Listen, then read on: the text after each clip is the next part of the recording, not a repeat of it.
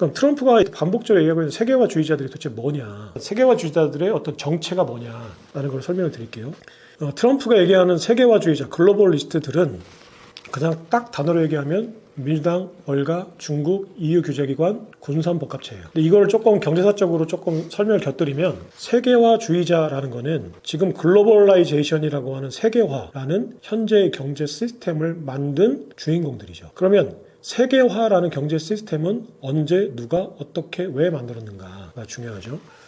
세계화라는 시스템은 닉슨 쇼크로 거슬러 올라가요. 그러니까 브레튼 우드 체제, 근본이제 화폐 제도가 붕괴하고 더 이상 금의 양만큼 달러를 발행하는 게 거짓으로 이제 들통이 나니까, 닉슨이 달러를 많이 발행하니까 드골이 너 한번 장부 까봐라 라고 요청을 했어요. 너 금이 얼마큼 있는지 한번 까봐. 포트녹스의 금 얼마 있나?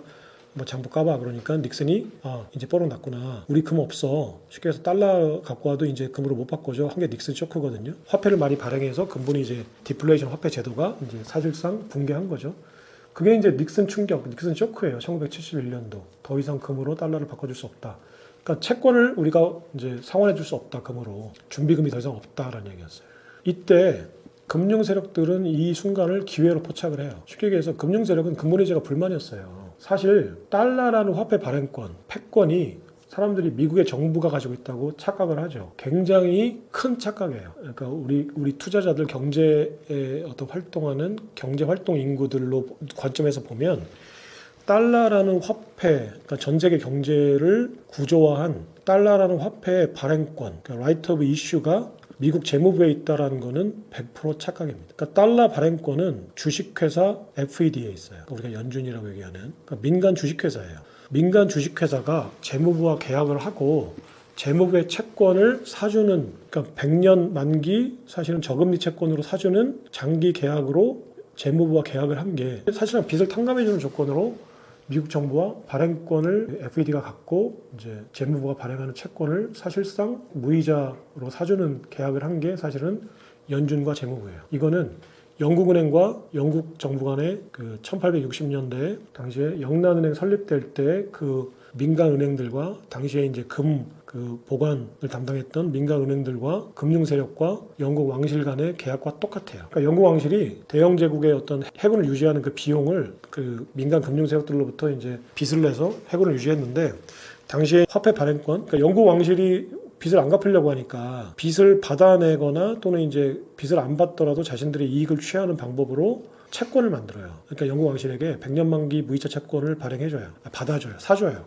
그래서 영국 왕실이 100년 만기 무이자 채권을 금융세력들에게 팔고, 그러면 야 대신에 네가 우리가 그동안 너한테 빌려준 돈을 사실상 안 갚아도 되니까 우리한테 파운드와 발행권을 줘. 우리가 알아서 먹고 살 테니까 너는 네가 지금 가지고 있는 빚은 우리가 그냥 지워줄게 라고 한 거예요. 이 계약을 그대로 금융세력이 시티 오브 런던에 있는 금융세력이 월가로 와서 연준을 만들고 그 연준과 재무부가 미국 국채를 사실상 저금리로 사주는, 사실상 장기 30년 20년 저금리로 사주는 계약을 맺은 게 재무부 채권과 연준의 화폐 발행권 간의 계약이에요. 그러면 이 계약을 맺었던 연준은 1913년에 설립된 연준은 화폐를 발행해야 돈을 벌거든요. 그렇잖아요? 그러니까 그 채권을 탕감해 줬는데, 미국 정부의 채권을 탕감해 줬는데 나는 계속 화폐를 발행해서 이 화폐를 발행하는 어떤 세뇨리지, 주주 이익을 가지고 내가 그 탕감해 준 빚을 그냥 상쇄시키려고 했는데 화폐를 발행하지 못하면 자기의 이득이 없죠. 재무제표의 이득이 없잖아요. 매출이 없는 거죠. 쉽게 얘기해서. 그래서 미국 정부가 지속적으로 채권을 발행하고 자기들이 거의 비용을 들이지 않고 화폐를 인수해서 이 채권을 사주고 거기서 이제 6%의 어떤 수수료를 먹는 이 구조가 연준과 재무부의 계약인데, 화폐를 많이 발행할수록 곱하기 6%만큼 연준이 수수료를 가져가는 거거든요. 근데 근본이자에서는 화폐 발행이 한정돼 있으니까 매출이 한정돼 있죠. 그러니까 미국의 월가의 금융 세력은 지속적으로 근본이자의 사슬을 끊고 싶었던 거예요. 그러니까 닉슨이 화폐를 많이 발행하면서 그러니까 마셜 플랜이나 베트남 전쟁이나 여러 가지 이제 포퓰리즘 정책으로 미국이 국채가 많이 쌓이니까 그 급기야 이제 닉슨도 사실은 고육지책이었어요. 근본이자를 끊었던 거는 달러를 평가절하해서 무역 적자를 줄이고 재정 적자를 줄이겠다는 의도였는데, 실제로 금융 세력들이 원하는 결과적으로는 화폐의 발행권을 남발할 수 있는 상황을 만들어준 거죠. 이때부터 이제 변동환율제가 생기고 근본이자가 탈피되니까 달러의 가치의 변동성도 생기고 거기에 연동된 각국의 모든 화폐들이 다 가치가 시시각각 변하니까 이 변동성을 해칭하는 파생상품과 그리고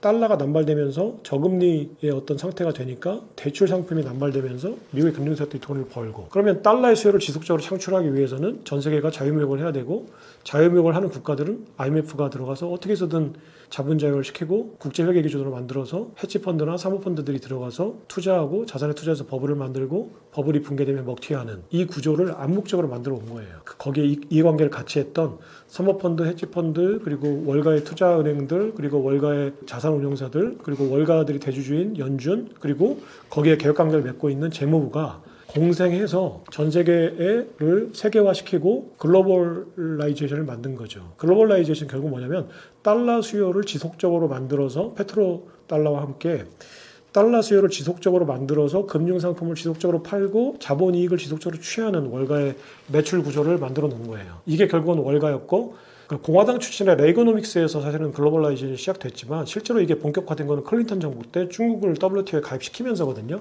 그래서 지금의 구도는 월가와 민주당의 연합구조로 돼 있어요. 원래 공화당에서 시작됐어요. 글로벌라이제이션은.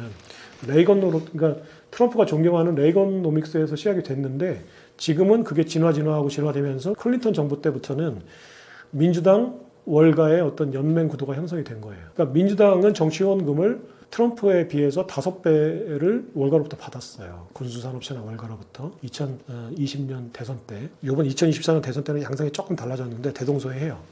그러니까 월가와 세계화, 그리고 민주당, 이거는 같은 단어예요. 글로벌리스트예요. 트럼프의 세계관으로 볼 때는 트럼프가 해석한, 그리고 이건 트럼프의 해석이지만 여기에 나왔던 거는 트럼프의 입장 관점이긴 하지만 이 활동들을 했다는 건 팩트죠. 그러면 월가는 이제 정치 후원금을 내지 않았죠. 많이. 그러니까 트럼프는 일기 때부터 계속 글로벌리스트들 타도해야 되고 무찔러야 되고 죽여야 되는 세력을 적으로 설정을 해놓고 계속 때리니까 이렇게 이제 대립구도를 만들어 놔야 지지층을 결집할 수 있으니까 전략적으로도 그렇고 실질적으로도 그렇게 계속 활동하니까 그거에 이제 타깃이 됐던 게 사실은 월가와 민주당을 때리는 건데 사실은 그거의 경유지인 중국을 계속 때리죠. 사실 월가를 때리고 있는 거예요. 그래서 사실은 중국과 미국 간의 관세전쟁, 무역전쟁은 사실은 외전이 아니고 미국 제조업과 월가 간의 내전이라고 해석을 했던 거예요, 제가. 자, 그렇다면 트럼프는 월가로부터 외면당했겠죠. 그래서 그 유대 금융 세력이나 월가의 투자은행들, 이제 골드만삭스나 모건 스탠리, JP 모건 등등, 그리고 또 이제 블랙록, 레리 핑크의 블랙록이나 이런 자산운용사들이 트럼프에 대한 후원금을 거의 끊었었어요. 그러니까 트럼프는 그러면 자기 돈 내고 정치하는 건 아니잖아요. 그러니까 트럼프는 자기 돈이 많아요. 하지만 자기 돈은 거의 안 쓰죠. 후원금을 받아서 이제 지지 세력들의 후원금, 정치 후원금으로 이제 선거를 치르는 건데 월가의 후원금이 거의 제로가 되니까 돈줄을 찾아야 되잖아요. 돈줄을. 첫 번째, 자, 일론 머스크는 규제 때문에 트럼프를 찾았다는 거죠. 첫 번째 트럼프가 일론 머스크를 찾은 이유는 월가의 돈줄이 끊겼다. 그럼 돈줄, 대안을 찾아야 되는데 빅테크가 돈이 많이 가지고 있으니까 규제 좀 풀어줘라고 주장하는 빅테크들의 목소리가 트럼프가 들렸던 거죠. 그 목소리의 확성기를 대준 게 피터 틸이고, 피터 틸이 이제 경제정책자문위원으로 계속 트럼프 옆에 있었으니까 피터 틸이 아마 그 대안을 제시해 줬을 거예요. 피터 틸이 지금 일론 머스크 같은 빅테크들, 자기도 빅테크죠. 빅테크들이 원하는 거는 규제 완화다. 근데 빅테크들은 막대한 자본력을 가지고 있다는 거였어요. 그러니까 트럼프의 눈에는 일론 머스크가 보였죠. 특히나 모든 일에 올인을 하는 성격이니까 한번 지지를 해주면 막대한 후원금이 들어올 거라고 판단했겠죠. 자본력을 한번 비교를 해볼게요. 2020년 전만 해도 그 구글에 그러니까 S&P 10대 시가총액까지 10대 시가총액 기업을 딱 치면은 금융사들이 대부분 나왔어요. 근데 2025년 현재 구글의 그 S&P 시가총액 상위 10대 기업을 딱 치면 100% 빅테크예요. 그러니까 빅테크들의 시가총액 상위 10개 빅테크들의 매그니피센트 7 플러스 이제 상위 10개 빅테크들의 그러니까 나머지가 더해지겠죠. 빅테크들의 시가총액을 합하면 얼추 20조 달러가 돼요. 정확히 한 17조 달러가 되거든요. 이게 어떤 자본력이냐면 현재 금의 시가총액하고 거의 비슷해요. 금이 시대가 올라서 지금은 30조 달러가 됐는데 그러니까 얼마 전까지만 해도 금의 시가총액이 20조 달러였어요. 그래서 빅테크들의 시가총액과 금의 시가총액이 얼추 비슷했어요. 근데 그 2020년 전만 해도 상위 10대 기업이었던 월가 금융사들의 현재 상위 10개 금융사들의 시가총액을 다 합하면 4조 달러예요. 그러니까 자본력 면에서 빅테크가 시가총액만 따지면 월가 금융 세력의 5배예요, 현재. 4-5배가 되죠. 물론 이제 그 자본력을 다른 의미로 해석하면 월가가 아직까지 막강해요. 그러니까 지금 이거는 언제든지 내가 주식을 팔아서 돈으로 현금화할 수 있는 시가총액을 얘기한 거지만 실제 지금 월가의 블랙록이나 JP모건이나 이런 그 자산운용사나 투자은행들이 동원할 수 있는 자본력이 40조 달러 정도가 돼요. 10대 금융사들만 하면. 그러니까 남의 돈이긴 투자자들의 돈이긴 하지만 남의 돈이긴 하지만 금융사들이 자신들이 운용할 수 있는 그 블랙록 하나만 해도 10조 달러예요. 그 우리나라 20년 예산을 그 블랙록 하나가 지금 운용을 하고 있어요. 그러니까 운용할 수 있는 자본력은 아직까지 월가가 무시 못할 정도로 굉장히 막강하다. 그리고 월가는 그 워싱턴 국회의사당을 민주당을 꽉 쥐고 있고 규제 프레임을 그동안 치밀하게 만들어 왔다라는 장점이 기득권의 장점이 있고요. 이 기득권의 규제 프레임을 뚫어야 되는 그 빅테크들은 현재 자본력은 시가총액은 월가를 앞선다. 그리고 여론을 형성할 수 있는 SNS 네트워크도 월가를 앞선다. 월가는 대신에 그 레거시 미디어들을 가지고 있죠. 그 워싱턴 포스트나 아마존이 워싱턴 포스트를 가지고 있고 뉴욕 타임즈나 CNN 이런 것들 다 지금 월가 금융사들이 이제 지분을 많이 가지고 있는 민주당 후원의 매체고요. 여기는 지금 SNS라는 네트워크를 가지고 있죠. 대표적인 게 X, 트위터를 가지고 있는 이제 일론 머스크고 이제 지금 아마존 그렇고 SNS를 다 가지고 있죠. 구글도 이제 실제로는 자신의 어떤 구독자들을 다 가지고 있죠. 그 여론을 만들 수가 있죠. 그 검색 서비스의 어떤 그 알고리즘을 통해서 유튜브도 그렇고. 그러니까 여러 가지 그 패권 구도를 짤 수 있는 프레임을 이제 빅테크들이 가지고 있어요. 그리고 결정적으로 이 빅테크들은 페이팔, 엑스닷컴 등등이 궁극적으로 하려고 하는 거는 슈퍼 앱이에요. 금융 앱. 그러니까 엑스에서 저기 일론 머스크가 하려고 하는 거는 지불. 가장 간단한 게 사용자들이 가장 기초적으로 쓸 수 있는 금융 앱의 기능이 지불이죠. 내가 들어가서 지금 네이버 페이처럼 이제 엑스를 쓰면은 내가 이제 쇼핑을 할 수 있는 지불 시스템이죠. 근데 여기서 이제 신용 창출, 대출까지 나가면 실제로 금융사들이 하고 있는 걸 사실상 하는 거예요. 지금 월가 금융사들이 하고 있는. 근데 월가 금융사들은 이걸 이제 KYC라고 해서 신분 인증, 그 다음에 돈 세탁 방지라고 해서 이제 그 안티 이제 머니 라운더리라고 해서 돈 세탁 방지 AMC 같은 규제 프레임으로 그 빅테크들이 가장 중요하게 생각하는 거는 사실 사용자 편의성이니까 이런 절차들을 다 집어넣으면 그 앱들이 구독자들이 쓸 리가 없죠. 불편하니까. 내가 지금 국민은행 앱에 비해서 토스 금융 앱이 쓰기가 편하니까 토스를 쓰는 거지. 지금 안 그러면 그냥 국민은행 걸 불편해서 쓰겠죠. 근데 토스는 그런 국민은행처럼 뭐 금융 인증서를 하세요. 공동 뭐 인증서를 뭐 쓰세요. 이런 얘기 안 하거든요. 막 공동 인증서 한번 뽀록 나면은 막 사람 미쳐요. 가서 그 저기 아이디 패스워드 집어넣고 했는데 갑자기 버그 나고 하고면은 내가 그동안 입력했던 거 다 돌아가야 되고 근데 버그가 자주 나요. 그래서 내가 가가지고 무슨 그 철자 하나 잘못 입력하거나 뭐 다 입력하고 딱 눌렀는데 갑자기 뭐 무슨 뭐 지금 무슨 문제로 뭐 안 된다. 그럼 다시 돌아가서 공동인증서 다시 또 막 불러내고 하려면 뭐 내가 성격이 좀 급해서 그런지 모르겠는데 국민의 앱으로 내가 송금하려고 하면 막 돌아버려요. 어떨 때는. 근데 토스는 그냥 딱 들어가서 지불 한번 딱 하면 다 그냥 하잖아요. 뭐 인증 같은 거, KYC, 뭐 AMC 이런 거 전문 용어 없더라도 예전에 그 어려운 것들을 왜 도대체 지금 금융사들 못 하고 있는 건지 모르겠는데 그게 결국 이제 규제 프레임 자신들이 만드는 규제 프레임 때문이에요. KYC 인증하고 AMC 인증 절차 거쳐야지 이제 다 보내주고 공동인증서, 금융인증서가 있어야 보내주는 틀을 자기들이 만들어 놓은 거예요. 근데 이제 토스 앱이나 금융 앱들은 사용자 편의성이 중요하니까 자신들은 금융사가 아니다라는 프레임으로 이제 사용자 편의성이 극대화된 어떤 앱들을 만들었죠. 근데 이제 실제로 대출이나 이런 금융 서비스를 하려면 금융사가 돼야 되니까 아직까지 이 규제의 벽을 못 넘어가고 있는 거죠. 사용자 편의성과 이제 금융 대출 사업이라는 어떤 신용 창출, 이 실제 금융사의 어떤 이 역할까지의 어떤 장벽들이 있는 거야 지금 그 빅테크들의 입장에서는 넘어가자니 규제의 벽을 넘어야 되는데 규제의 벽을 넘어가자니 사용자 편의성이 저하되니까 경쟁력이 안 생기고 근데 그런 규제가 있는 한 자신들은 대출 서비스를 못 하고 그냥 결제 앱 정도만 해야 되고 하니까 그러면 규제 프레임을 바꿔서 자신들이 신용 창출 대출까지 할 수 있는 그런 서비스를 하겠다는 게 지금 빅테크들이거든요. 그럼 결국은 또 규제를 풀어야 돼요. 그럼 월가들의 입장에서는 얘네들이 궁극적으로 하려고 하는 게 야 지금 일론 머스크 하려고 하는 거 보니까 슈퍼 앱이야, 금융이야, 대출이야. 저거 지금 우리가 하는 거 하려고 하는 거잖아.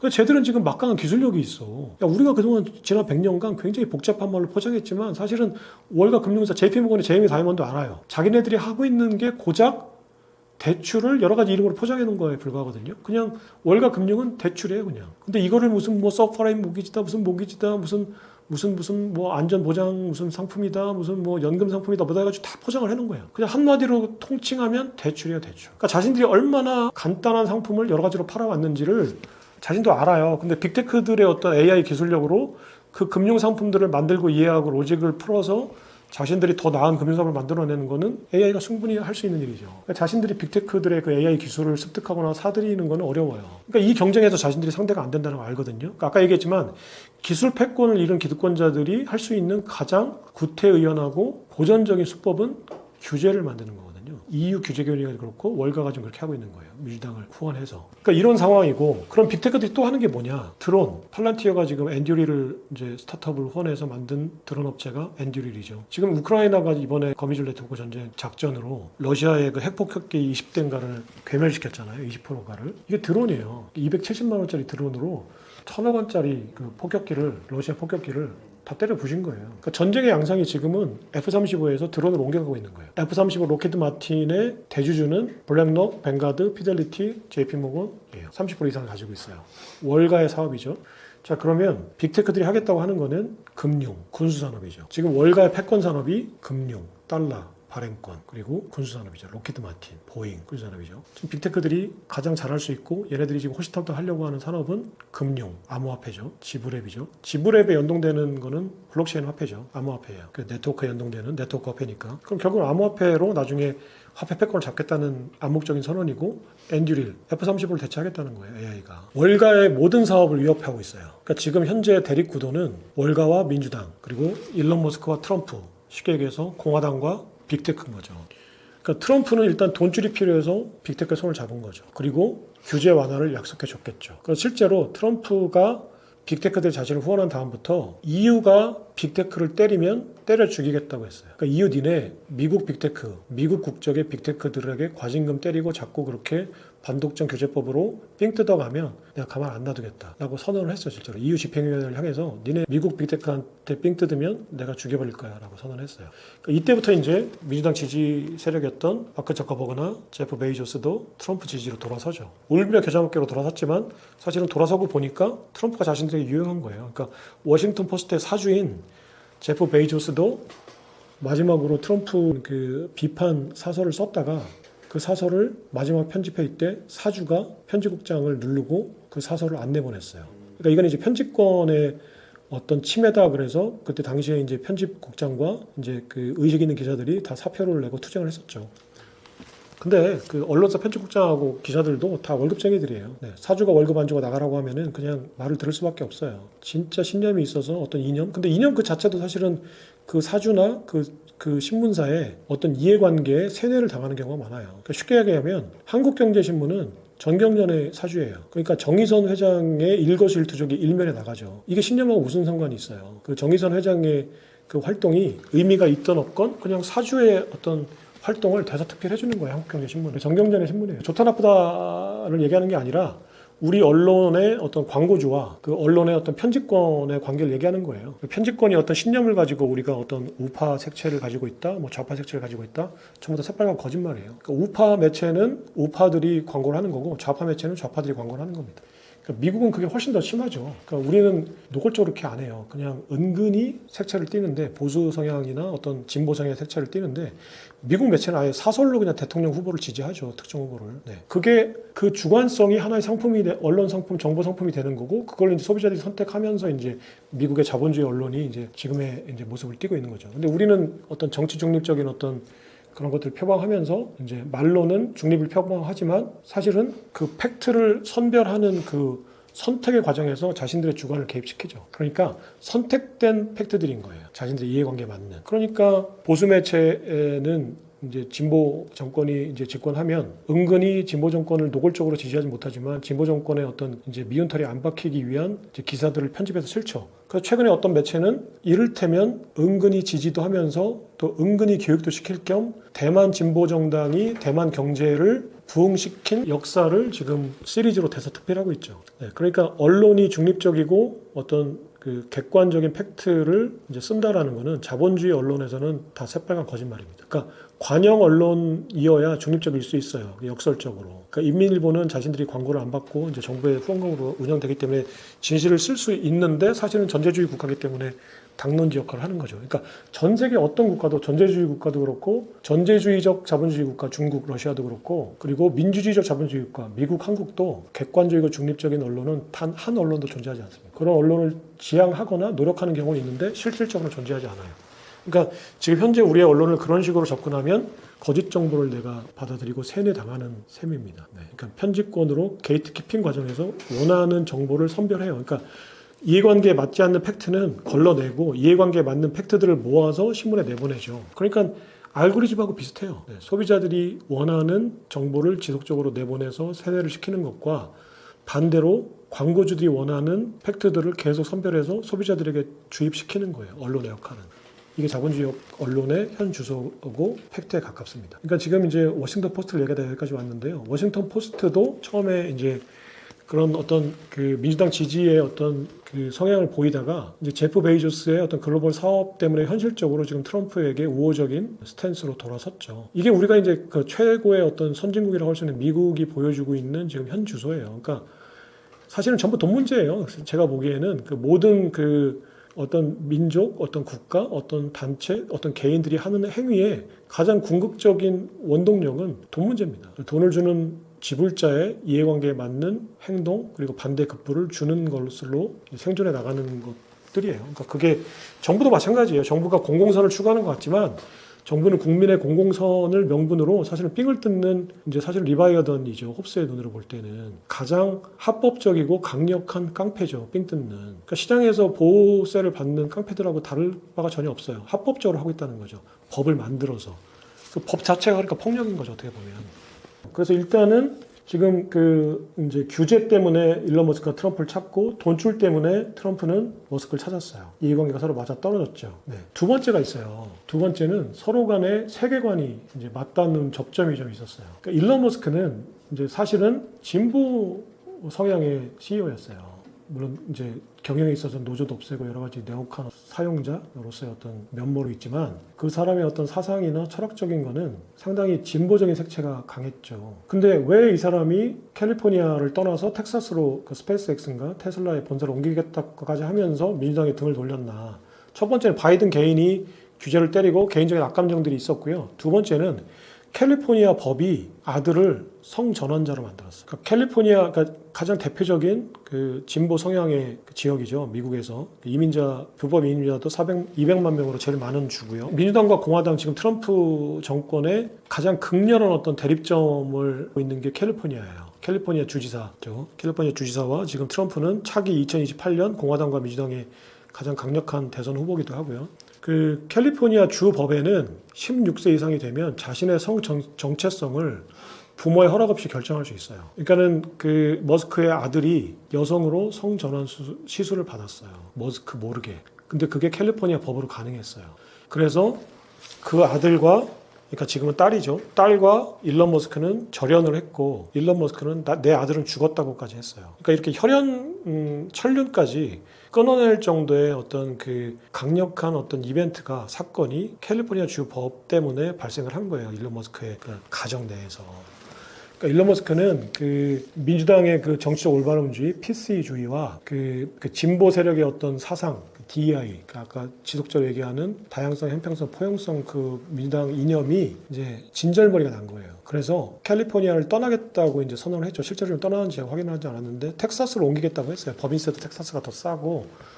내가 이렇게까지 많은 세금을 내면서 캘리포니아에 남아있는 이유는 그 자유주의 때문이었는데 민주당 어떤 그런 색깔과 나의 어떤 리버러테리안으로서의 어떤 성향이 맞아떨어졌고 또 이제 여러 가지 테크 기업들이 캘리포니아에 있으니까 사실은 어떤 그 집합 효과까지 있었는데 사실은 그런 걸 모두 떠나서 나는 그 민주당 이념인 그 저 이빠른 소리, 이빠름주의가 싫고 그 정치적 올바름주의가 싫고 뭐 다양성 협회에서 포용성 막 그 추상적인 어떤 뜬구름 잡는 같은 얘기 같은 거 하는 거 너무 싫은 거예요. 그게 실제로 뜬구름이라는 얘기가 아니라 지금 일론 머스크의 어떤 관점에서 볼 때는 너무 싫은 거예요. 그러니까는 사상적으로 나는 이제 민주당의 어떤 그런 이념들, 정치적 올바름주의가 이제 진보주의가 싫은 거예요. 그 반작용주의로 트럼프 얘기하는 어떤 정통 기독교 보수주의, 어떤 가정에서 벌어지는 일은 가장인 아버지가 결정해야 된다. 자녀의 교육 문제, 자녀의 어떤 양육 문제 등등은 지금 공화당 보수 측면에서 보면 가정 내 심지어는 이제 뭐 좀 심하게 얘기하면 가정 내 발생하는 사건들은 가정 내에서 해결하라는 거죠. 가장의 주도하에. 그러니까 교육에 대한 어떤 그 성향이나 이런 결정권도 가장에게 줘야 된다는 거예요. 대학이 결정할 게 아니라 교육 방식이나 이런 것들도 가장이 결정해야 된다. 그래서 여성과 어떤 남성 간의 어떤 평등성, 그 다음에 자녀와 아버지 간의 어떤 평등성. 지금은 그냥 전부 다 아버지도 텀이고 자녀도 뭐 제임스고 다 똑같고 이제 평등한 게 이제 진보주의라면 아버지의 권위를 인정해주고 어떤 권력을 아버지에 집중시키는 이게 중산층 백인의 어떤 보수적인 가정의 모습으로 돌아가자는 거예요. 이걸 회복시켜야 미국의 중산층 백인 중산층이 잘 살게 되는 거다, 올바르게 사는 거다라고 생각하는 게 정통 기독교, 백인 중산층, 앵글로 삭슨족 보수층들의 생각이죠. 이 생각으로 돌아선 거죠. 그 생각이 좋아서라기보다는 진보 성향이 이제 싫어진 거예요. 그 반작용으로 튀어나간 거예요. 일론 머스크가 이제 트럼프 쪽으로. 트럼프는 아까 얘기했던 그 세계화, 반세계화, 그 철학, 세계관, 월가 해야 되고 민주당 때려부셔야 되고 딥스테이트 척결해야 되고 이런 세계화가 지금 현재 이렇게 월가와 구조적으로 대척점에 있는 이 빅테크와 접점을 만들어가는 거예요. 그러니까 지금 현재 달러는 미국의 패권이지만 현재 달러는 월가가 그 패권을 가지고 있고 월가가 지속적으로 발행해서 쓰레기로 만들고 있다는 거죠. 그러니까 현재 달러는 자기가 원하는 게 아니다. 그래서 미국 제조업, 미국의 실물 경제, 월스트리트가 아니라 실물 경제인 이거는 이제 트럼프의 표현대로 또는 이제 그 미국식 표현대로 하면 메인스트리트라고 해요. 그러니까 상점 거리. 그러니까 월가는 금융가고 실제로 미국의 어떤 상가 거리, 그러니까 실물 경제가 움직이는 상가 거리, 메인스트리트는 자기가 살리겠다. 그래서 메인스트리트가 살아나서 미국의 경제를 기반으로 달러를 다시 건강하게 만들겠다. 지금 그냥 달러를 그냥 금융상품을 만들기 위해서 전 세계 자본 자유와 어떤 무역 자유를 해서 발행이 남발되는 이런 패권이 아니고 미국의 실물 경제가 되살아나고 제조업이 되살아나고 미국의 GDP가 실물 경제가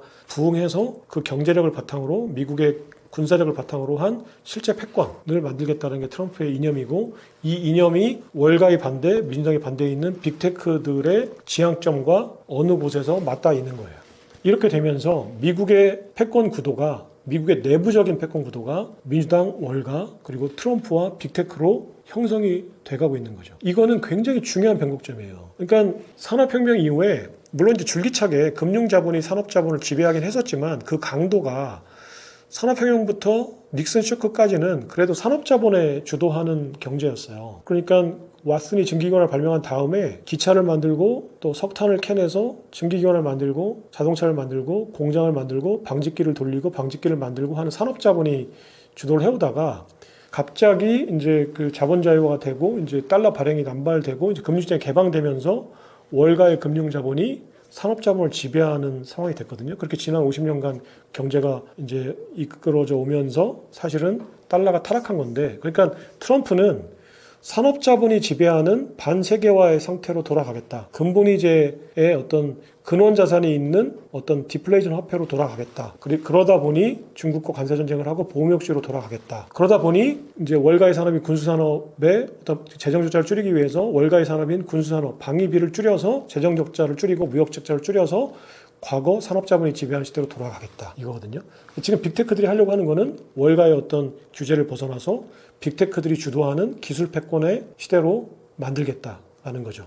그러니까 빅테크들은 미래지향적인 산업자본의 시대를 선언한 거고 트럼프는 과거에 있었던 산업자본의 그러니까 그 지난 50년간 금융자본이 지배했던 이 세계화주의를 쳐부수고 해체해서 과거의 근본이제 산업자본의 시대로 돌아가겠다 선언한 거죠.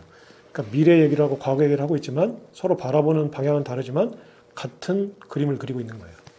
그러면서 이제 서로 이야기하고 합의하지는 않았지만 서로 간에 어떤 접점이 생기고 세계관이 일치하고 이해관계가 마저 떨어지면서 일론 머스크가 트럼프를 강력하게 지지했던 거예요. 그러면서 이제 3차원억 원을 이제 올인하 배팅하고 이제 20조 원인가 이제 시가총액이 늘었다가 이제 또 덕지 수장을 맡으면서 이제 여러 가지 반작용으로 다시 또 주가가 이제 트럼프 당선 전으로 돌아갔었죠. 자, 여기까지 이제 길게 트럼프와 이제 그 일론 머스크의 브로맨스가 어떻게 형성됐는지 배경 설명을 해드렸고요. 그럼 그 브로맨스가 왜 깨질 위기에 왔나라는 설명을 또 해드릴게요. 이 얘기도 굉장히 길고 재밌는 얘기가 될 거예요.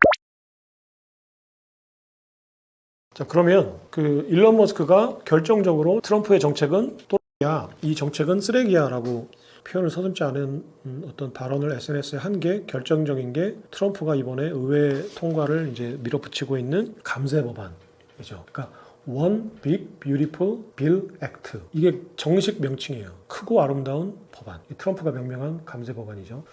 일단 감세 법안에는 일론 머스크는 동조했을 거예요. 왜냐면은 세금을 줄인다는 거는 기업한테 좋은 거거든요. 부자들한테. 감세 법안은 다 부자들의 법안이에요. 그러니까 법인세를 줄이고 그리고 소득세를 줄이고 상속세를 줄여주는 거예요. 나쁠 게 전혀 없어요. 근데 그 중에 하나가 이제 일론 머스크가 좀 반발할 수밖에 없었던 포인트가 뭐냐면 법인세를 21%에서 18% 감축하기로 원안에 만들었었는데 월가의 민주당과 반발로 트럼프가 그걸 21%로 유지하는 선에서 절충을 해요. 그래서 감세 법안이라고는 했지만 사실은 법인세는 기존의 안을 유지하는 거였어요. 물론 이제 폐지하지 않고 그걸 지속적으로 이제 유지한다는 측면에서는 감세 법안인데 사실 후퇴했죠. 여기서 일단 일론 머스크 한번 빡 쳤을 거고 화가 났을 거고요. 결정적으로 화가 났을 거라고 생각하는 부분은 감세 법안이긴 한데 국방비를 2030년까지 1,500억 달러 증액하는 안이 들어가 있어요. 근데 일단 도치 수장으로 일론 머스크에게 트럼프가 맡겼던 임무가 뭐냐면 재정적자 2조 원을 매년 2조 원의 재정적자가 나니까 그만큼 국채를 발행해야 되니까 그러면은 올해 거의 40조 원이 될 거고 내년에는 43조 원, 42조 원이 되잖아요. 그럼 4년간 거의 10조 원의 국채를 발행해야 돼요. 그럼 2조 원의 재정적자를 1조 원으로 줄이자라는 게 일론 머스크에게 도치 수장으로 트럼프가 준 미션이에요. 그리고 실질적으로 1조 원의 재정적자를 줄이려면 국방비 5천억 달러를 줄이는 수밖에 없어요. 때려 죽여도 1조 원을 줄일 수가 없어요. 국방비 5천억 달러를 줄이지 않으면. 지금 현재 미국의 국방비가 정확히 9천억 달러예요. 올해 1조 달러를 넘어설 거로 이제 보여지고요. 이제 1조 달러 근접하고 있는데 천조국이죠. 1,400조국이죠. 사실 우리나라 돈으로 하면. 근데 우리가 그냥 부르기 쉬운 말로 천조국이라고 하는데 국방비가 1,000조 원이라는 얘기예요. 1조 달러. 1조 달러면은 그냥 요새는 그냥 그 신문에 맨날 나오는 게 36조 달러 미국 국채 얘기가 나오니까 되게 무감각해졌어요. 사람들이 1조 달러는 돈이. 1조 달러면은 1,000조 원이에요. 얼추. 1,000조 원이면 조가 1,000개예요. 조는 억이 10,000개예요. 내가 10억씩 연봉을 받아도 1,000년 동안 받아야 돼요. 근데 그거를 1,000배예요. 그러니까 내가 10억씩 1,000년 동안 연봉을 받는 사람이 10명이 있어야 1,000조 원이 돼요. 네. 일반 사람들은 계산도 못하죠. 거기서 0이 하나 더 붙으면 1경원이죠. 그러니까 이거를 계산하려고 공을 이렇게 그리다 보면 어느 순간 내가 공을 몇 개인지 막 까먹는 숫자예요. 우리는 생전 보지도 못하는 숫자고요. 지금 현재 엄청나게 자산 배팅을 해서 부자가 되면 지금 강남 아파트 100억 원이죠. 아무튼 그 100억 원의 강남 아파트를 이제 몇 채 살 수 있는 돈이죠. 그게 아마 강남에 있는 아파트 다 사고 남을 것 같은데 대충 그런 돈이에요. 그런 돈 중에 5천억 달러를 왜 국방부에서 감축하라고 했냐면 그게 쉽게 얘기해서 로켓 마틴의 F-35를 사지 말라는 얘기였어요. 지금 현재 1조 달러 중에 F-35를 사고 유지보수하는데 연간 미국 국방비로 쓰이는 재무부에서 국방부에서 로켓 마틴 그 장부로 들어가는 계좌이체되는 돈이 연간 4천억 달러예요. 그러니까 F-35만 사지 않으면 4천억 달러를 줄일 수 있어요. 그러니까 일론 머스크가 도치 수장이 되는 이게 되게 얼토당토하는 얘기 같은데 실제로 그래요. 4천억 달러를 지금 미국은 매년 F-35 전투기를 사고 그걸 타이어를 바꾸고 소프트웨어를 업그레이드하고 유지보수하는 인력을 고용하는 데 쓰고 있어요. 그래서 그 일론 머스크가 장부를 까보니까 로켓 마틴이 들어가는 그 로켓 마틴이 나사 값이라고 하는 나사 한 패키지가 10만 달러예요. 국방비로 들어가는 돈이. 말이 안 되잖아요. 아무리 전투기에 쓰이는 나사지만 그게 뭐 금으로 만든 것도 아니고 다이아몬드로 만든 것도 아닌데 나사 한 패키지가 10만 달러라는 거예요. 그 일론 머스크가 미국 정부 회계장부를 뜯어보니까. 그러니까 일론 머스크가 그 도치 수장을 맡기 전에 이제 도치 수장을 맡은 직후에 언론에 뭐라고 했냐면 그러니까 X에다 뭐라고 썼냐면 F-35는 바보들이 만든 전투기다라고 했어요. 1,000억 원짜리 전투기가 실제로 소프트웨어 업그레이드하고 뭐 미사일 장착하고 여러 가지를 하면은 거의 우리나라 돈은 2,000억 원이에요. 그냥 깡통 우리가 흔히 깡통차라고 하는데 F-35를 그냥 수입하는 데는 우리나라 돈으로 1,000억 원인데 거기에 소프트웨어 업그레이드하고 거기에 뭐 옵션을 좀 집어넣고 쉽게 가면 이제 풀옵션으로 사들이면 2,000억 원 정도 된다고 해요. 그러면 그거 우리나라에 지금 몇 대가 있는지 모르겠는데 그거 한 대 사는데 2,000억 원이면 10대 사면은 이제 우리나라 돈으로 이제 1조 원이죠. 그러니까 그런 돈이 이제 F-35인데 미국이 4천억 달러를 매년 로켓 마틴의 매출로 꽂아주니까 그러면은 그 일론 머스크가 프레임을 만드는데 천재잖아요. 일론 머스크도 트럼프처럼. 그러니까 일단은 F-35처럼 바보 비행기를 우리가 매년 사는데 어마어마한 돈을 쓰고 있다는 거예요. 근데 F-35를 자기가 뜯어보니까 테슬라 CEO로서 F-35를 하나하나 분해해보니까 F-35가 특별하게 잘하는 게 한 가지도 없어요. 전 세계에서 가장 비싼 전투기인데 자기가 가만히 뜯어보니까 그 옵션 중에 하나도 쓸만한 게 없는 거예요. 다 어지간히 하는데 하나도 특별히 잘하는 게 없는 거예요. 그러니까 그냥 바보 비행기인 거예요. 다 어중간히 하는데 그러니까 우리나라 그 공부 잘하는 주입식 교육받은 학생하고 똑같은 거예요. 모든 과목에서 다 1등급을 받았는데 뭐 하나 특별히 잘하는 게 없어요. 뭐 하라고 하면. 그냥 열심히 공부해서 성적만 많이 따는 거예요. F-35가 딱 그런 거예요. 뭐든지 다 조금 어중간히 잘하는데 뭐 하나 똑부러지게 획기적으로 잘하는 게 한 가지도 없다는 거예요. 일론 머스크의 눈에 볼 때는. 이런 바보 전투기를 사는데 연간 4천억 달러를 쓰니까 내가 그거 안 사겠다 내가 앞으로 이 선언을 한 거예요. 일론 머스크는. 자, 이렇게 하고 나서 그 해외 원조국 막 공무원들을 자르고 국방비를 줄이겠다고 막 가열차게 달려가고 있었잖아요. 지난 5개월간 일론 머스크는. 근데 갑자기 트럼프가 만들어 놓은 감세 법안을 딱 보니까 국방비를 1,500억 달러 증액하는 거야. 자신은 5천억 달러 어떻게든 줄여보겠다고 미친 듯이 뛰고 있는데 트럼프가 갑자기 그 반세계화 혁명의 어떤 동지로 자기를 끌어들인 트럼프가 나 이거 어쩔 수 없어. 현실적으로. 나 국방비 좀 증액해야 될 것 같아. 나 이거 미리 좀 얘기했잖아 너한테. 언제를 줬어? 나는 분명히 얘기했어. 옛날부터 계속 얘기했어. 나 국방비 늘리겠다고. 너 알고 있었잖아. 그러면서 이제 일론 머스크가 얘기한 거예요. 나 이번 감세안에 국방비 증액안을 넣을 거야. 네. 트럼프가 이번에 이제 그 일론 머스크가 막 반발하니까 예전부터 다 알고 있었어 일론 머스크는. 근데 쟤 마약 먹은 거야? 왜 저래? 이렇게 얘기했죠. 다 알려줬는데 왜 이제 와서 난리야? 이렇게 얘기한 거예요. 알고 있었을 수도 있죠. 근데 이제 여러 가지 지금 일론 머스크의 눈에 볼 때는 여러 가지 정황이 트럼프가 어떤 반세계의 어떤 혁명 동지로서의 예전의 어떤 그 의지를 이제 상실한 거예요. 자기가 볼 때는. 그러면 내가 테슬라 불지르고 막 불매운동 벌어지는 와중에도 나는 트럼프의 미션을 막 가열차게 진행시키고 있었는데 갑자기 대통령이 그걸 배신하니까 그러면 총사령관이 징역 앞으로 할 수 있나요? 일론 머스크의 눈에 볼 때는 배신자가 대통령이 배신을 했는데 그러니까 일론 머스크는 강력하게 반발한 거죠. 자신의 업적은 그 재정 적자를 줄여서 자기가 미국의 어떤 반세계화 그리고 이제 미국의 어떤 패권을 되살리는데 뭐 기업의 CEO이긴 하지만 어떤 역사적인 어떤 업적을 이루는데 자기가 투신했는데 물론 자기가 테슬라의 어떤 인허가권 문제 때문에 뭐 그 트럼프를 만나긴 했지만 어쨌거나 그런 미션을 받은 이상 내가 가열차게 한번 달리고 있는데 갑자기 트럼프가 야, 나 지금 아무리 생각해도 안 될 것 같아. 국방비 좀 늘려야 될 것 같은데 너 이해하고 네가 좀 더 줄여 그러면 국방비 말고 딴 데서 줄여봐. 뭐 이렇게 얘기했겠죠. 그러니까 일론 머스크가 야 이거 좀 아무리 생각해도 쟤 좀 아닌 것 같은데. 그러니까 이제 돌아선 거예요. 그 사이 여러 가지 문제도 있었을 거예요. 무슨 뭐 당연히 이제 그 현실적으로 이제 관세 전쟁 해보니까 유럽으로 전기차 팔기도 어려워졌고 중국이 가장 큰 시장인데 중국과의 어떤 판매 루트도 조금 위협을 받는 것 같고 또 전기차 보조금도 다 알고는 있었지만 막상 안 준다고 하니까 또 사실은 좀 흔쾌히 뭐 내키진 않았을 거고 여러 가지 불만들이 누적돼 왔는데 그게 이제 이번에 감세안으로 폭발한 거거든요. 근데 그러면 반대로 트럼프는 왜 그렇게 반세계화라는 어떤 세계관을 설정해 놓고 그 세계화주의자들을 적으로 몰아서 타겟을 만들어서 어떤 지지층을 결집시켰는데 왜 이제 와서 그 국방비 증액안을 넣으면서 민주당과 월가의 어떤 그 요구나 어떤 압박에 굴복하는 어떤 모습을 보여줬을까라는 거죠. 이게 이제 굉장히 결정적인 어떤 그 트럼프의 어떤 향후 정책들을 가늠하는데 이제 열쇠가 될 거라고 보이는 지금 사건이에요. 트럼프는 아직까지는 제가 생각할 때는 반세계화 그 노선을 100% 포기하지는 않았다. 라고 생각해요. 트럼프의 개인적인 성격상 그리고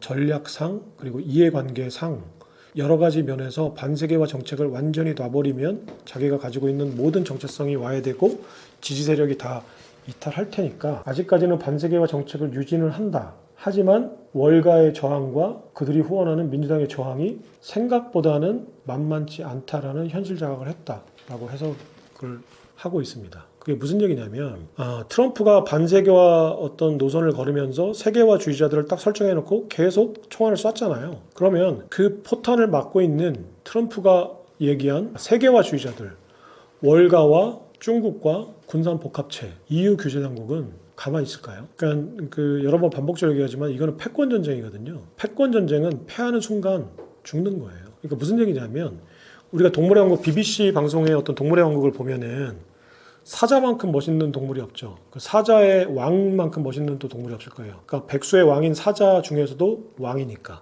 그러니까 라이언 킹만큼 폼나는 동물이 없죠. 하지만 건자에서 물러난 라이언 킹만큼 비참한 동물도 없어요. 왜냐면 새로운 젊은 왕이 절대로 그 사자를 놔두지 않거든요. 가만히. 그러니까 그냥 평민 사자로 살면 집단 속에서 그냥 표 안 나게 그냥 그럭저럭 살다가 집단 속에서 죽는 거예요. 근데 권자에서 물러나면 권자 있을 때는 가장 뽀대나고 폼나는 삶을 살다가 권자에서 물러나는 늙은 사자는 젊은 사자들에게 갈기갈기 찢어져서 죽어요. 실제로 동물의 왕국 보면 그 젊은 왕이 자기 친위 세력과 연합해서 늙은 왕을 찢어 죽이는 장면들이 많이 나와요. 근데 숨통이 끊어졌다는 걸 알면서도 보통 사자들이 왜 동맥 숨통을 물고선 그 동물이 죽으면 이빨을 빼잖아요. 근데 숨통이 끊어졌다는 걸 뻔히 아는데 물고선 막 포효를 해요. 막 트위스트를 막 머리를 트위스트 해가지고 그 목을 찢어버려요. 먹지도 않을 거면서 식량이 아니잖아요. 네. 기존의 패권이 자신에게 위협이 되지 않는 무력화시키는 거예요. 숨통이 끊어져도 계속 찢어버리는 거예요. 그냥 이게 패권이에요.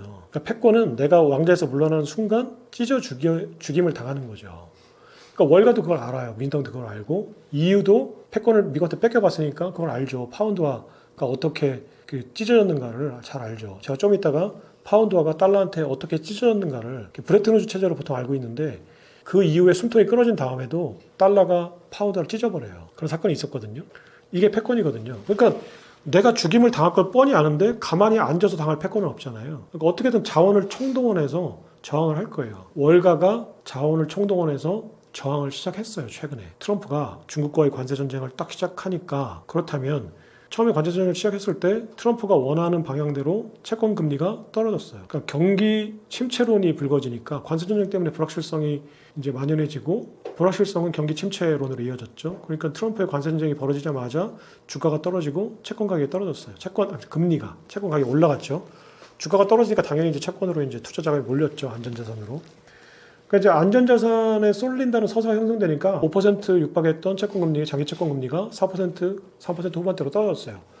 트럼프가 원하는 대로 흐르고 있는 것처럼 보였죠. 그렇다면 트럼프는 자신이 원하는 방향대로 가고 있으니까 관세 전쟁을 더 가열차게 할 수밖에 없겠죠. 이게 이제 월가는 싫었던 거예요. 세계화가 해치되니까. 월가가 어떻게 저항했냐라는 거죠. 트럼프가 가장 무서워하는 채권금리를 급등시킨 거예요. 이게 뭐냐면 채권자경단이라는 개념이 있어요. 여기에.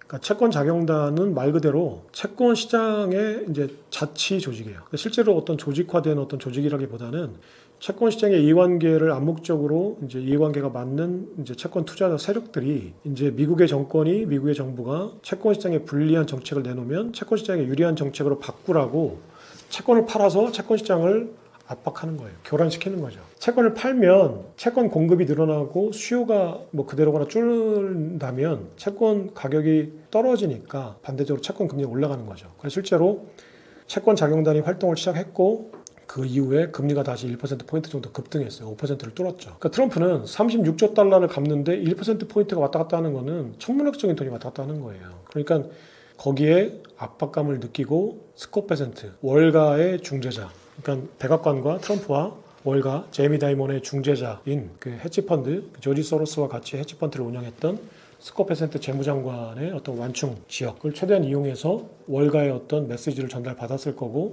그 메시지를 트럼프가 무서워하고 사실은 관세 전쟁을, 무역 전쟁을, 반세계화 전쟁을 일단 진격과 포로를 철회하고 회군을 했다. 일단은 그게 이제 그 중국과의 무역 전쟁을 90일간 유예했던 거가 첫 번째 신호고요. 그러니까 월가에 보낸 신호예요. 내가 일단 회군할게. 너도 잠깐 생각을 해봐. 나도 좀 생각을 해볼게라는 게 첫 번째가 중국과의 관세 전쟁을 유예했다라는 거였어요. 네, 이게 이제 첫 번째. 그러니까 관세 전쟁 회군이 첫 번째 월가에 보낸 어떤 그 화해의 제스처였고요. 두 번째는 일론 머스크의 연임을 적극적으로 권유하지 않았다. 사실상 일론 머스크를 퇴각시켰다라는 거죠. 미국의 법상으로는 그 외부 선출, 그러니까 선출된 공무원이 아니라 그러니까 특임된 강요. 그러니까 일론 머스크 더치 수장으로서 이제 선출된 공무원이 아니고 이제 트럼프가 그냥 임명한 공무원이잖아요. 그러니까 이런 공무원은 연간 130일 이상 활동할 수 없어요. 물론 이제 여러 가지 이제 법을 해석하면, 유권 해석하면 이제 연장할 수도 있었을 거예요. 근데 이번에 이제 130일이 되고 이제 일론 머스크가 나는 이제 경영 일선으로 돌아갈게라고 했던 것도 트럼프의 어떤 이런 어떤 그 수정주의 혁명안, 그러니까 월가한테 어떤 굴복하는 제스처를 취하는 이런 혁명안에 불만을 좀 느꼈던 것 같고, 일론 머스크도 이제 어떤 한계를 느낀 거고, 그리고 일단 테슬라의 어떤 주가가 떨어지는 여러 가지 그런 경영상의 어떤 난조도 영향을 미쳤을 거고, 그래서 이제 연장하지 않고 돌아가겠다고 하니까, 그러면 트럼프는 내년 7월 4일까지 가열차게 재정 적자를 줄이라는 미션을 줬는데 일론 머스크가 경영일선에 복귀할게요 그러니까 적극적으로 안 잡았어요. 네가 원한다면 그렇게 해라는 식이었죠. 그러니까 사실상 퇴각을 시킨 거예요. 해임을. 이게 두 번째 어떤 제스처였다고 봐요. 일론 머스크를 사실상 퇴각시켰다. 그리고 스콧베센트에게 힘을 실어줬다. 그러니까 일론 머스크의 말을 귀담아 듣다가 갑자기 여러 가지 인선 과정에서도 스콧베센트의 말을 더 귀담아 듣고 일론 머스크의 어떤 요구사항을 이제 묵인했죠. 묵살했죠. 그러니까 대표적인 게 이제 나사 국장으로 이제 일론 머스크 사람을 이제 심으려고 했는데 이제 트럼프가 일론 머스크 물론 이제 갈등도 있었지만 나사 국장을 이제 취소했죠. 임명안을. 그 전부터 이제 그런 움직임이 좀 있었을 거고요. 그러니까 여러 가지 백악관의 기류가 일론 머스크가 보기에는 트럼프가 혁명군보다는 이제 기존의 그 월가 군대, 그 민주당과 월가의 군대의 어떤 그 백기 문서를 보내는 어떤 제스처들을 자꾸 이제 일론 머스크는 본 거예요.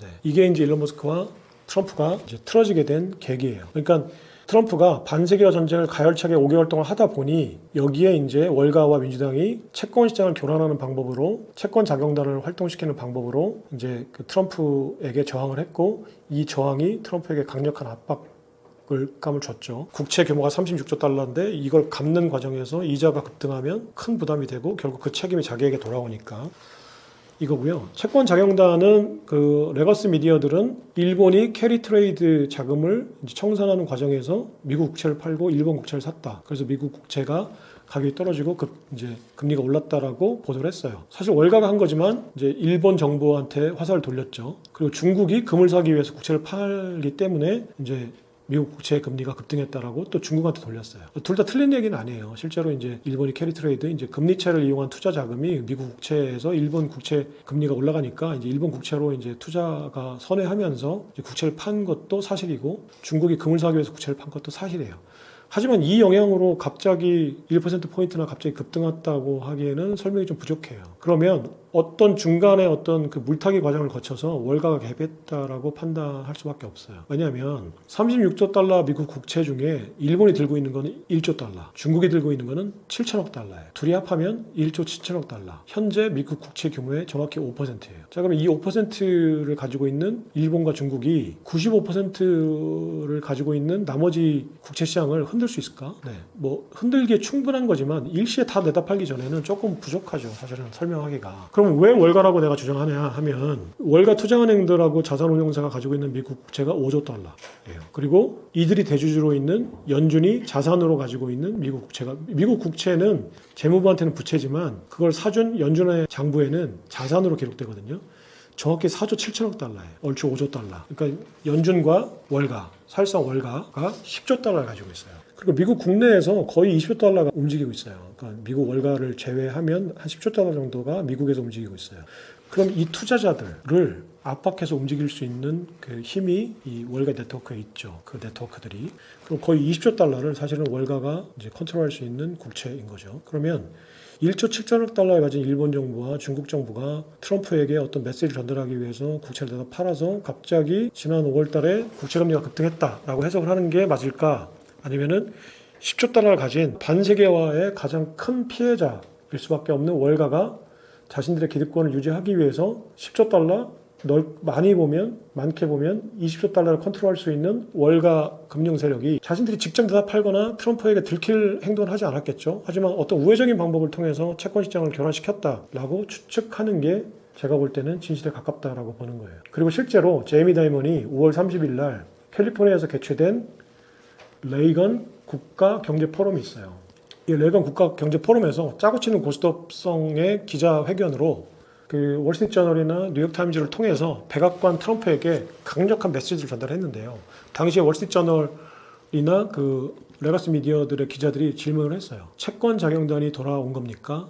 그러니까 그 제이미 다이먼이 뭐라고 했냐면 absolutely라고 했어요. 그게 무슨 뜻일까요? 채권 자경단이 돌아왔냐? 그러니까 쉽게 얘기해서 채권 자경단을 움직였냐라고 하니까 제이미 다이먼이 absolutely 당연하지라고 했어요. 그게 무슨 얘기예요? 네, 내가 했다, 월가가 했다라는 거죠. 노골적으로 얘기한 거예요. 내가 채권 자경단을 움직였어라고 한 거예요. 자, 두 번째, 질의응답을 통해서 발언을 했는데 뭐라고 했냐면 앞으로 미국 국채 시장이 붕괴할 거다, 채권 시장이 붕괴할 거다. 그렇게 될 경우 과거에는 월가가 도와줬는데 앞으로는 도와주지 못한다. 무슨 얘기냐면 금융위기 때 공화당이 만든 볼커룰 때문에 도와주려고 해도 도와줄 수가 없다. 왜냐하면 우리 돈으로 채권을 못 사. 그러니까 볼커룰이 뭐냐면 금융사들이 자기 자본으로 채권을 못 사요. 고객 투자는 위탁을 받아서 할 수 있는데 금융사들이 자기 자본, 자기 금고에 있는 자기 돈으로 채권 투자를 못 해요.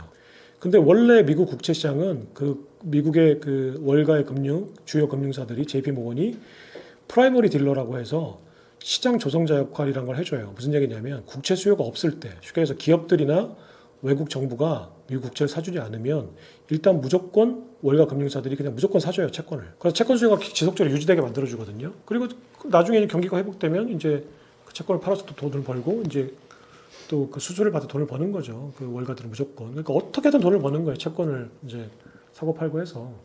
근데 니네가 지금 금융위기 때 그게 우리 책임이라고 하면서 볼커를 만들어서 우리가 채권 못 사게 했잖아. 우리 못 도와줘. 그러니까 근데 채권시장 지금 보니까 붕괴할 거야. 너도 알잖아. 그러니까 쉽게 얘기해서 볼커를 풀어. 규제 풀어. 월가가 채권 투자 다시 할 수 있게 만들어줘. 안 그러면 채권시장이 붕괴할 때 쉽게 얘기해서 채권 금리가 급등할 때 우리가 못 도와줘. 앞으로 금리가 계속 올라갈 거야. 그럼 너 책임져야 돼. 너 그거 감당할 수 있겠어? 라고 메시지를 전화를 한 거야. 두 번째가 중국에 가봤더니 중국 시진핑이 지금 미국의 관세 전쟁을 무서워하지 않는다. 무슨 얘기냐면 지금 트럼프가 하려고 하는 그 위협이 중국에 먹히지 않을 거다라는 거예요.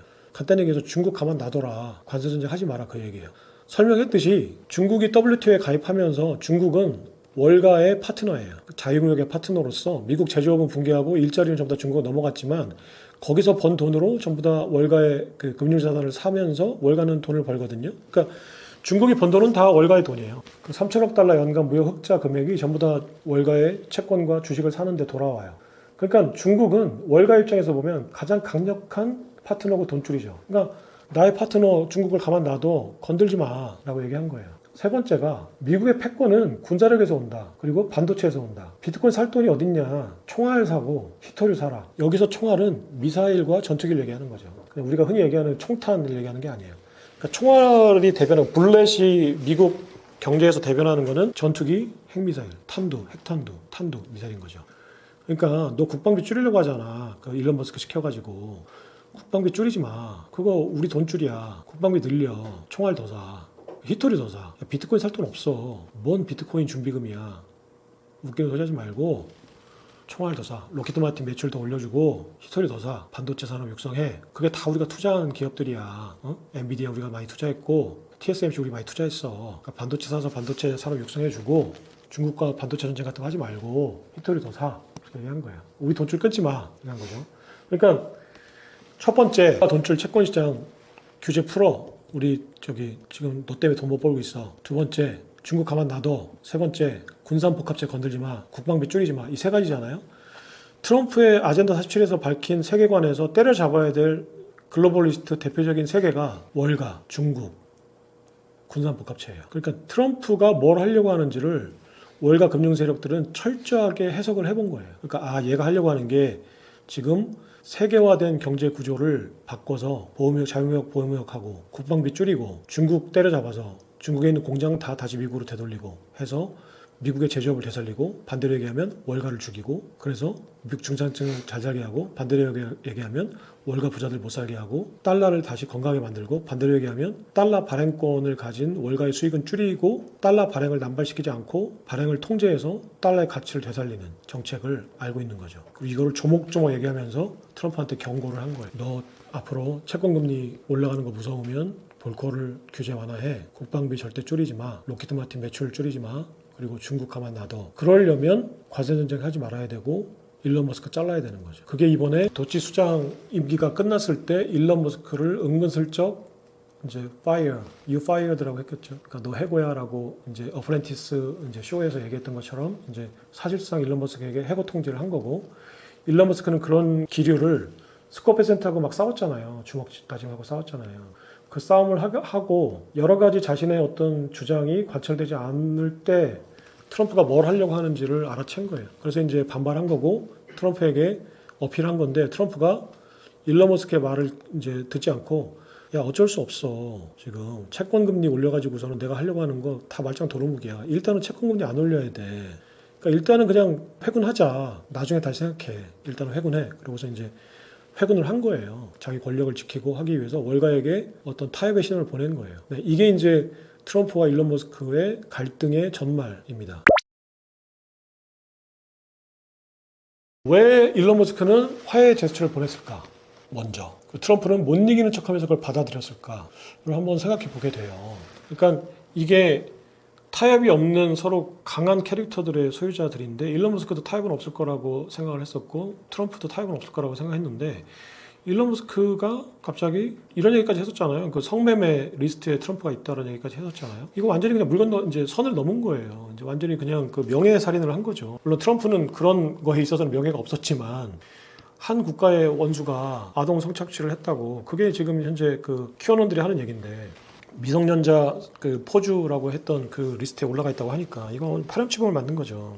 사실 명예살인을 한 건데 그럼에도 불구하고 일론 머스크가 이제 급격하게 어떤 화해 제스처를 보낸 거는 일론 머스크도 현실 인식을 한 것 같아요. 일단은 전략적으로 내가 트럼프를 이제 적으로 만들어서는 자신에게 탈출구가 없다라고 생각했겠죠. 민주당은 이미 자신의 적이고 여기에 지금 트럼프 공화당까지 또 제이디 벤스가 집권할 경우에는 사실상 애기 트럼프인데 제이디 벤스가 집권할 때까지는 앞으로 그러면 8년을 공화당에 집권화해서 길게는 12년 아니면 그 더 장기적인 짧게 보면은 8년, 길게 보면은 장기화되는 어떤 공화당의 집권을 자기가 통과해야 되는데 지금 트럼프를 원수로 만들어서는 자기가 사업을 더 이상 제대로 할 수 없겠다라고 본 거예요. 트럼프는 사실상 그 친환경 에너지라든지 전기차에는 굉장히 강력한 반대론자니까 오히려 민주당은 친환경 에너지, 신재생 에너지에 찬성하면서도 보조금을 안 주는데 트럼프는 아예 그냥 친환경 에너지 반대론자니까 더 강력한 반대 세력이죠. 현실적으로는. 지금 이해관계 맞아 떨어져서 그 친환경 에너지에 대한 보조금은 안 주지만, 그러니까 전기차에 대한 보조금은 안 주지만 여러 가지 면에서는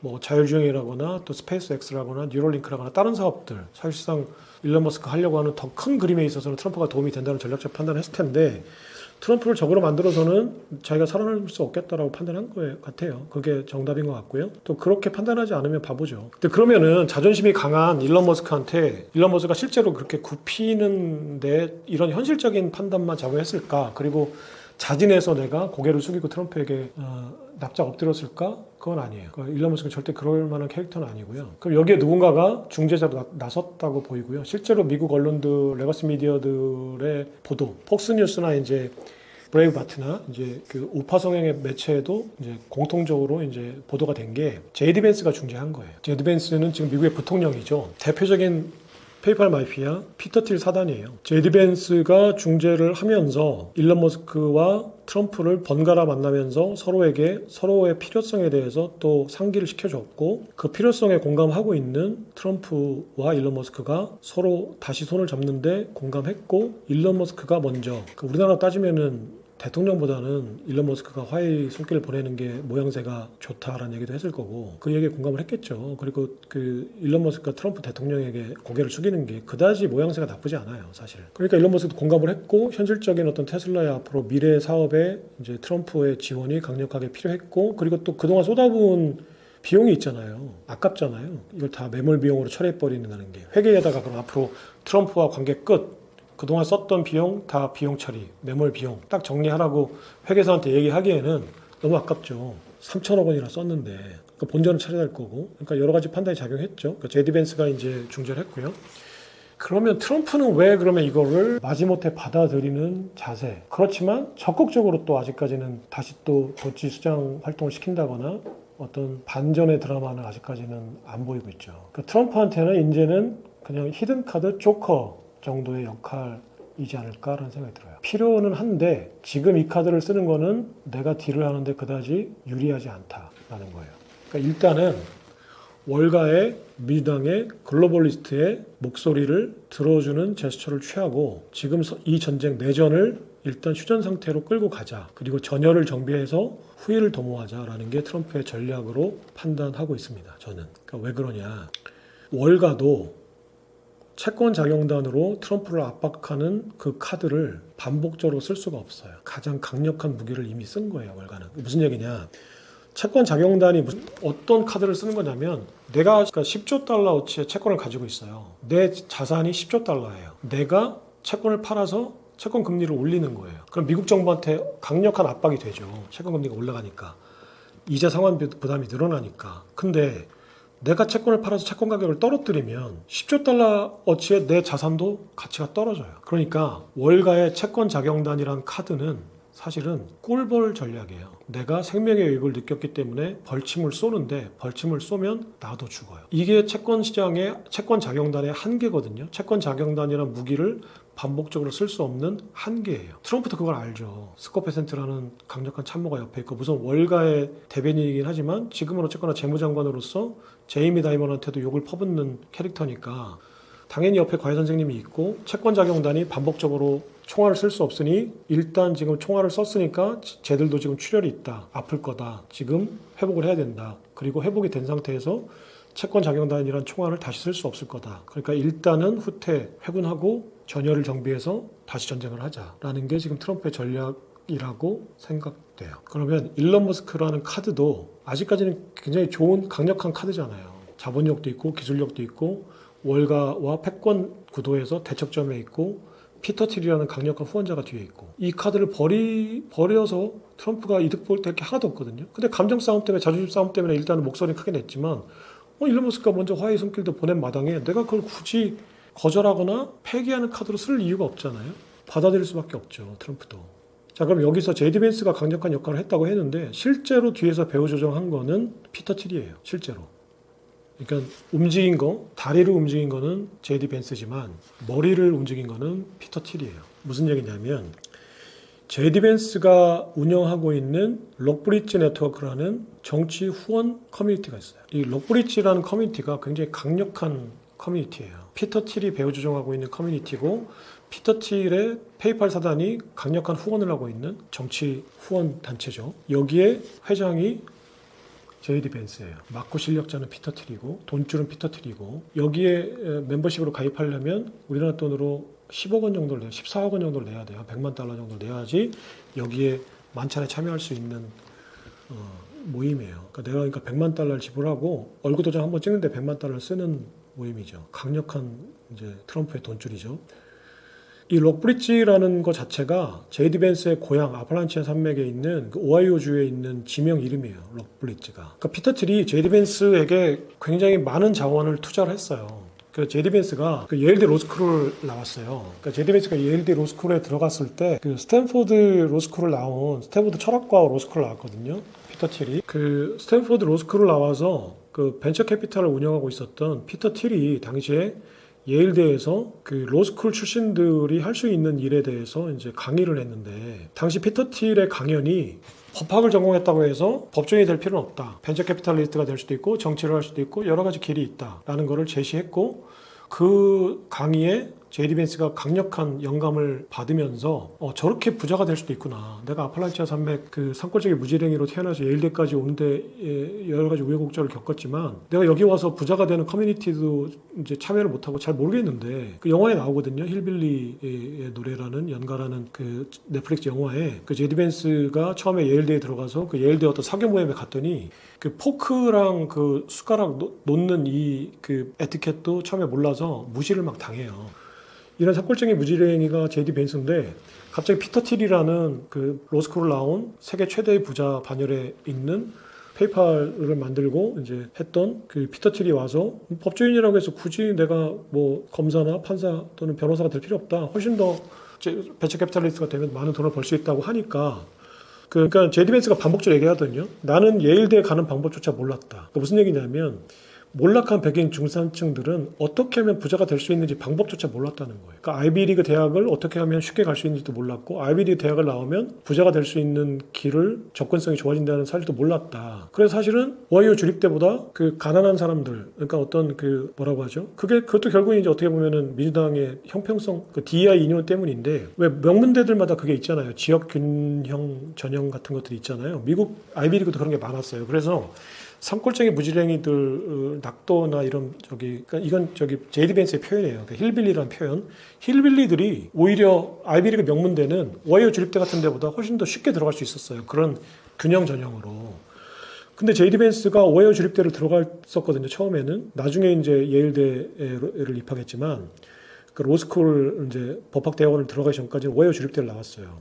근데 오하이오 주립대 공부를 잘했음에도 불구하고 오하이오 주립대를 들어간 이유는 자기가 아이비리그에 들어갈 수 있다는 사실조차 몰랐어요. 방법조차 몰랐고. 그러니까 여러 가지 방법, 로드맵을 제시해 주는 것 자체가 부자들끼리는 커뮤니티에서 교류가 되는데 힐빌리들은 그런 것조차 몰랐다는 거예요. 근데 피터 틸이 옆에 와서 로스쿨 나온 사람들이 판사, 변호사가 되는 것보다 훨씬 더 부자로 살 수 있다는 방법을 알려주니까 저 사람에게 가야겠다라는 판단을 한 거예요. 제이디 벤스가. 그래서 예일대 로스쿨을 졸업한 다음에 피터 틸을 찾아가요. 샌프란시스코로. 잠깐 그 법무법인에서 이제 근무를 했었는데 또 그 상원의원인가 그 보좌관으로 일도 했었어요. 대학 다닐 때. 그러다가 잠깐 이제 그 월가에 있는 그 법무법인에서 일을 하다가 바로 샌프란시스코 날아가서 제디 벤스에게 같이 일하고 싶다고 이제 호소를 하죠. 그 피터 틸에게. 그래서 피터 틸이 제디 벤스의 어떤 자산으로서의 가치. 이 사람은 그 굉장히 두뇌전이 빠른 그 전략가면서 정치가면서 기업가인데 당시에 힐빌리로서 자수성가한 제이디 벤스가 가지고 있는 어떤 정치적인 어떤 자산, 가치를 꿰뚫어 갔어요. 오하이오 그 러스트벨트에서 힐빌리로 살다가 예일대 로스쿨을 나와서 정치적인 야망도 있는 한 젊은이가 자기를 부자로 만들어 달라고 찾아왔는데 얘를 잘 투자하고 키우면 자기가 앞으로 생각하고 있는 어떤 정치적인 어떤 권력을 쟁취하는 로드맵에 유용한 자산으로 활용할 수 있겠다는 판단을 한 거예요, 피터 틸이. 그래서 제디 벤스를 받아들여주고 벤처 캐피털리스트로 육성을 해서 2020년에 오하이오주의 상원의원으로 출마할 수 있게 지원을 지속적으로 해줘요. 그러니까 당시에는 이제 어떤 경험이나 역량이 부족해서 이제 공천을 받는데 실패하죠. 그러고 나서 제디 벤스가 2023년인가 2022년인가 이제 그 선거에서 다시 이제 그 공화당의 상원의원 후보로 출마를 할 때는 트럼프를 설득해서 공천을 받고자 한 거예요. 그 당시에 트럼프와 제디 벤스의 다리를 놔준 게 피터 틸이에요. 그래서 그 마라라고 리조트 트럼프 자택에 제디 벤스 손을 잡고 끌고 가요. 피터 틸이. 왜냐면 제디 벤스도 트럼프의 비판자였거든요. 비난자. 트럼프를 또라이라고 했어요. 제디 벤스도. 근데 이게 손을 잡고 가서 트럼프한테 무릎 꿇고선 사과를 하게 만들어요. 저는 상원의원이 되고 싶습니다. 부통령이 되고 싶습니다. 대통령이 되고 싶습니다. 라는 정치적 야망을 드러내고 트럼프에게 과거에 내가 트럼프를 비판 또라이라고 했던 거는 100배 사죄합니다. 내가 잘못 생각했습니다. 내가 어렸습니다. 철이 없었습니다. 어리석었습니다. 라고 얘기를 하게 합니다. 그래서 피터 틸의 보는 앞에서 제디 벤스가 트럼프에게 고개를 숙이고 트럼프가 전략자산으로 피터 틸이 제시한 전략자산으로서의 제디 벤스의 가치를 읽고 제디 벤스를 트럼프는 금수저잖아요. 그러니까 미국 힐빌리들의 지지를 얻어내는 게 이제 브레이브하트의 편집장이었던 전략참모의 베넌이라는 전략가의 트럼프 자신은 금수저이기 때문에 내가 러스트벨트 힐빌리들의 어떤 구세주다라는 어떤 이미지에 이제 좀 부족했죠. 근데 그 이미지를 세탁해 주는데 힐빌리로서 지금 상원의원이 되겠다는 제디 벤스가 강력한 이미지 세탁기가 된 거죠. 그 가치를 읽고 트럼프가 제디 벤스의 사과를 받아들여요. 그러면서 공천을 받아주고 제디 벤스가 상원의원이 됩니다. 그리고 그게 연장이 돼서 2024년 대선의 러닝메이트로 부통령까지 되죠.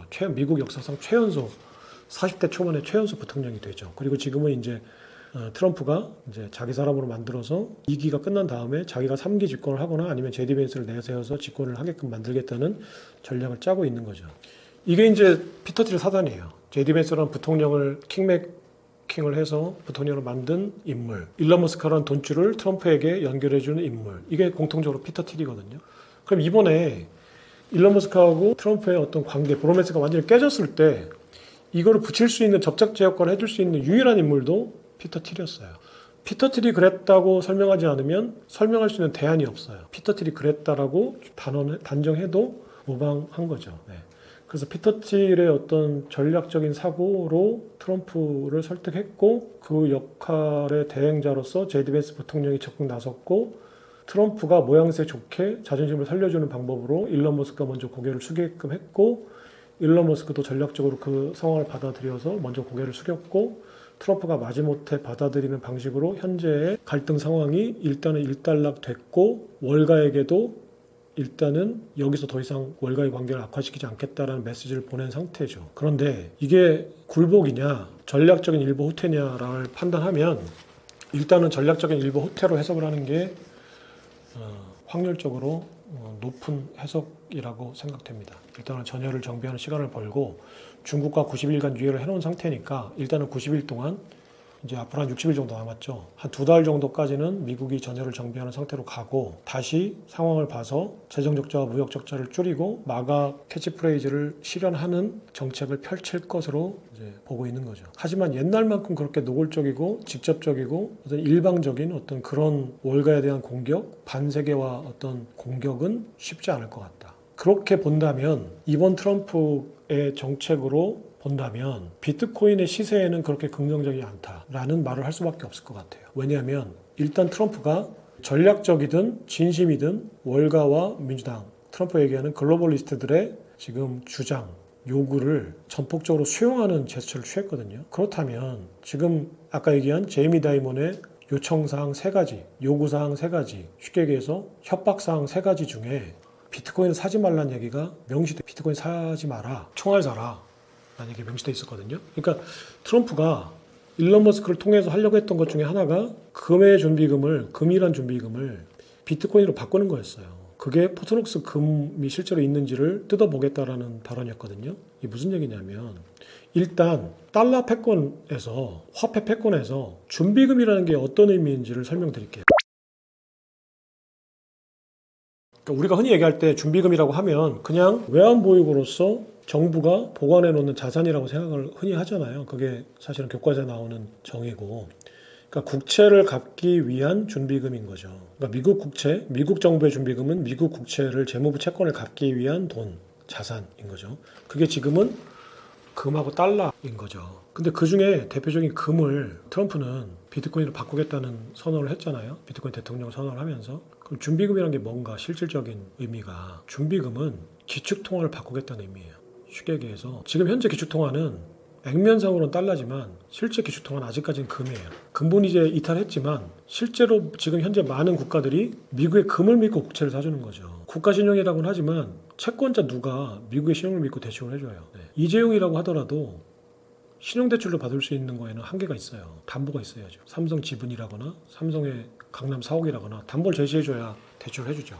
채권자들은 당연히 담보 요구를 하거든요. 미국의 담보물은 아직까지 쉽게 얘기해서 금이에요. 금이 있으니까 국채를 사주는 거예요. 국채 상환의 담보물이죠. 그러니까 현재 기축통화는 실제로는 금이죠. 이거를 비트코인으로 바꾸겠다라는 거는 기축통화를 비트코인으로 바꾸겠다는 거예요. 그럼 나중에는 암호화폐가 액면 달러 역할을 하겠죠. 이런 역사가, 그래서 저는 트럼프가 비트코인을 준비금으로 금을 대체하겠다라고 했을 때 금 가격이 폭락할 거라고 생각했어요. 과거 화폐 역사를 보면. 근데 금 가격이 계속 올라가더라고요. 이게 도대체 왜 이러지? 라고 판단해 보니까 그 준비금이라는 그 무시무시한 그 실질적인 의미를 아직까지 시장 투자자들이 모르는 거예요. 그 준비금의 그 엄정한 그 의미가 현실적으로 나타났던 게 브레튼 우드 체제 3년 뒤에 그 영국의 준비금을 파운드에서 달러로 바꿨어요. 미국이. 무슨 얘기냐면 브레튼 우드 체제가 1944년도에 그 파운드화에서 기축통화를 달러로 바꾸겠다는 정치적인 선언이잖아요. 이 정치적인 선언을 한 다음에 실제로 달러가 기축통화 된 거는 그로부터 3년 뒤예요. 3년 동안은 금융시장이 많은 과도기 혼란을 겪었죠. 만약에 지금 당장 언론이 이렇게 발전하고 온라인이 이렇게 발전한 상황에서도 만약에 지금 당장 미국이 어떤 상황이 돼서 기축통화를 달러에서 비트코인을 바꾸겠다고 선언해도 사람들이 그 다음 날부터 할 수 있는 게 별로 없어요. 지금 금융사들은 어떤 걸 해야 되지? 내가 지금 달러 가격이 떨어질 거 비트코인 가격이 올라갈 것 같은데 난 지금 뭘 해야 되지? 막연하게 생각할 거예요. 내가 그럼 달러를 비트코인으로 바꿔놔야 되나? 이런 생각을 하겠죠. 그렇지만 아직도 뭐 석유도 달러로 살 수 있고 지금 송금도 다 달러로 하는 거고 뭐 아직까지 달러 뭐 건재한데? 라고 생각하고 달러를 쓸 수밖에 없겠죠. 또 바꾸는 것도 사실 귀찮고 업비트 계좌 트는 것도 뭐 농협 계좌나 K뱅크 계좌 트는 것도 귀찮고 여러 가지 번거롭고 하니까 달러 계속 쓰는 것도 괜찮지 않나? 이런 생각을 할 거예요. 근데 옛날에 미디어나 온라인 네트워크가 그렇게 발달하지 않았던 1944년에 브레튼 우드 협정으로 자 내일부터 당장 오늘부터 파운드가 아니라 달러가 기축통화입니다라고 선언했죠. 이게 이제 전 세계 뉴스로 통신으로 타전이 됐을 거 아니에요. 그럼 그 다음 날부터 시티 오브 런던과 월가에서는 어떤 금융 딜러들이 어떤 행동을 했을까? 파운드를 막 달러로 바꿨을까? 야 기축통화 이제 파운드 아니야. 달러로 바꿔야 돼. 막 그랬을까? 한동안은 상당한 혼란을 겪었을 거예요. 뭐 아직까지도 파운드로 결제해보니까 다 결제도 되고 뭐 괜찮은데 굳이 달러로 바꿔야 되나? 이런 상황이 3년간 지속됐어요. 1947년까지. 그래서 실질적으로 미국이 달러 기축통화로 만든 거는 영미 대출 협정 1947년 7월 달에 이제 미국과 영국이 영미 대출 협정이란 걸 해요. 이게 쉽게 얘기해서 2차 대전에 미국이 독일로부터 승전을 했지만 사실 그 상처만 남은 승전이었죠. 영국 경제 다 망가지고. 그래서 케인즈가 막 나섰던 건데 뭐 그 평가 절하를 해야 된다 주장했지만 이제 처칠이 평가 절상을 하면서 오히려 막 영국 파운드가 막 무역이 막 이제 무역 적자가 더 심해지고 경제가 망가졌죠. 처칠이 케인즈 말을 안 들어서. 그러니까 이런 상황이 1947년까지 지속됐는데, 그러니까 영국은 금고가 텅텅 비었어요. 금도 다 미국한테 무기 사는데 쓰고 파운드도 다 국채 상환에 썼죠. 그러니까 영국은 준비금이 거의 없었어요. 금도 많이 거의 대부분 떨어지고 파운드와도 거의 바닥난 상황인데, 그럼 러시아나 이집트, 뭐 이런 영국 국채, 파운드 국채를 가지고 있던 채권자들이 이게 부도가 나지 않을까라는 불안감이 있죠. 그러니까 영국은 그러니까 우리가 준비금을 쟁여뒀어라는 거를 시그널을 줘야 되는데, 파운드나 금이 없으니까 미국이 그걸 딱 보고, 아, 이게 절호의 찬스다. 영국의 준비금이 금이었는데 금이 없으니까 달러로 영국의 계좌를 채우자. 그래서 미국이 영국한테 37억 달러, 캐나다하고 합쳐서 저기 50억 달러를 대출을 해줘요. 지금 돈으로 따지면 한 2천억 달러 정도가 된다고 해요.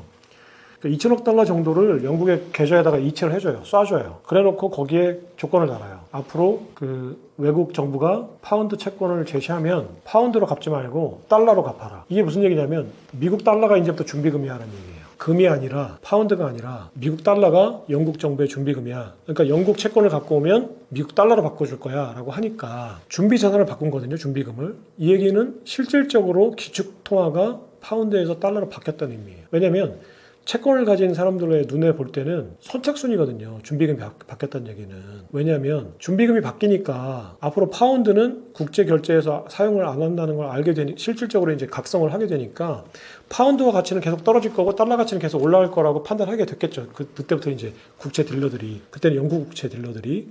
그러게 나면 선착순인 거예요. 빨리 가서 파운드 국채를 달러로 바꾸는 게 이득인 거죠. 내일 가면 파운드는 더 떨어졌을 거고, 그 다음날 가면 더 떨어졌을 거니까, 또 이제 달러가 바닥나면 자기는 이제 상환을 받지 못하니까, 실제로 파운드랑 달러는 고정돼 있었지만 시장에서의 파운드는 계속 급락하고 달러 가치는 올라가니까 빨리 가서 파운드와 국채를 달러로 바꾸는 놈이 장땡인 거예요. 선착순인 거죠. 그러니까 모든 영국 국채를 가진 대출자들이 막 쏜살같이 달려가서 영국 정부에게 상환을 만기 이전 상환을 요구했어요. 그러니까 이제 한 달 만에 10억 달러가 소진되고 준비금이 없어진 거예요. 그러니까 당시 또 그 이제 컨버터빌리티 협정이라고 하는데, 전환성 협정이라고 하는데, 쉽게 얘기하면 닉슨이 금태환을 정지한 것처럼 컨버터빌리티 협정을 그냥 중단한 거예요. 야, 앞으로 달러로 못 바꿔줘 한 거예요. 불태환 선언을 해버린 거예요. 영국도 부도선언을 한 거죠. 이게 결정적으로 실질적으로 금융시장에서 기축통화가 파운드에서 달러로 바뀐 사건이에요. 이게 결국은 준비금을 어떤 화폐, 어떤 자산으로 바꾸느냐가 실질적인 기축통화를 어떤 거로 바꾸느냐의 문제거든요. 그러니까 트럼프도 이런 역사 공부를 했을 거고 비즈니스 스쿨에서 이런 화폐 공부를 했을 거예요. 근데 트럼프가 갑자기 준비금을 금에서 달러에서 비트코인을 바꾸겠다 라고 한 기축통화를 비트코인으로 만들겠다. 금 가치를 떨어뜨리겠다는 얘기예요. 그러니까 금 가지고 있는 사람들 빨리 팔아라. 앞으로 금은 똥값 된다. 비트코인으로 바꿀 거다. 파운드와는 똥값 됐다. 달러가 최고다라는 것처럼 반대로 앞으로 금 가격은 똥값 된다. 비트코인을 바꿔라는 얘기거든요. 쉽게 얘기해서 중국 너 금 사는 거 지금 다 허사야. 허트짓 하지 마. 금본위지 하려고 하지 마. 비트코인을 바꿀 거야. 금값 폭락시킬 거야 라는 선언이었거든요. 근데 금값이 안 떨어지더라고요. 왜 그러냐. 시장이 그 의미가 뭔지 해석을 못한 거예요. 금값을 폭락시키겠다는 게 지금 트럼프가 한 얘기예요. 준비금을 바꾸겠다. 기축통화를 바꾸겠다. 금본위제에서 비트코인 스탠다드를 바꾸겠다는 얘기거든요. 굉장히 무시무시한 얘기를 한 거예요. 네. 그 일을 누구한테 맡긴 거냐면 일론 머스크한테 맡긴 거예요. 일론 머스크한테 야 금을 비트코인으로 바꾸는데 네가 나서 무슨 얘기냐, 포트녹스 가가지고 금이 있는지 한번 금고를 까봐, 네가 그 일을 해봐 라는 거예요. 그래서 일론 머스크가 옛날에 아니죠, 과거에 트럼프가 그 에어포스 원에서 기자들한테 자 비트코인 포트녹스에 금이 있는지 한번 볼 거야 라고 얘기했어요. 근데 거기에 장단을 맞춰서 일론 머스크가 포트녹스에 금이 없을 것 같은데? 라고 얘기했어요. 그게 무슨 얘기냐, 트럼프 집권 1기 때 스티브 무누신 재무장관을 시켜서 포트녹스 금고문을 따봤어요. 그러니까 트럼프는 발표는 하지 않았지만 스티브 무누신 장관을 시켜서 금고를 이미 확인했거든요. 그러니까 트럼프는 지금 포트녹스 금고에 금이 얼마큼이 있는지 정확히 알고 있어요. 근데 이런 트럼프가 포트녹스에 금이 있는지 없는지 확인해 보겠다고 얘기한 거예요. 페인트예요, 페인트. 나는 다 아는데, 이미 알고 있는데 언론 플레이 한 거야. 야, 포트녹스에 금이 있는지 없는지 한번 확인해 봐야 될 것 같은데. 민주당이 그 금 보관을 잘 했을까? 바이든이 지난 4년간 저렇게 달러를 발행하고 찍어댔는데, 재정지자를 냈는데 금이 온전할까? 트럼프 이미 알고 있거든요. 금이 없다는 거를. 금이 있는지 없는지 알고 있거든요. 근데 팩트를 알고 있는데 금이 있을까라는 메시지를 던져는 거죠. 그러니까 스티브 무누신 장관이 포트노스 금고를 열었을 때 금이 8,000톤, 그러니까 전체는 8,000톤, 이제 포트노스에는 4,000톤이 장부에 기재된 것만큼 없다라는 보고를 한 거죠. 추론을 해보면. 금이 온전하게 있으면 금이 있을까? 금고를 한번 따봐야 될 것 같은데 바이든이 금을 잘 보관했을까? 이런 얘기 안 했을 거예요. 금이 없다는 사실을 알고 있기 때문에 장부상의 금의 장부가액과 지금 포트녹스에 있는 실제 금의 양이 일치하지 않기 때문에 민주당 바이든 정부가 금의 보관을 제대로 하지 않았다. 그래서 금으로 준비금을 유지하는 것은 안전하지 않다. 비트코인으로 바꿔야 된다라는 서사를 완성시키기 위해서 트럼프는 포트녹스를 한번 열어봐야 될 것 같은데 라는 메시지를 준 거죠. 그리고 그 일을 일론 머스크가 해야 될 것 같은데 라고 얘기한 거예요. 일론 머스크가 그 일을 하려고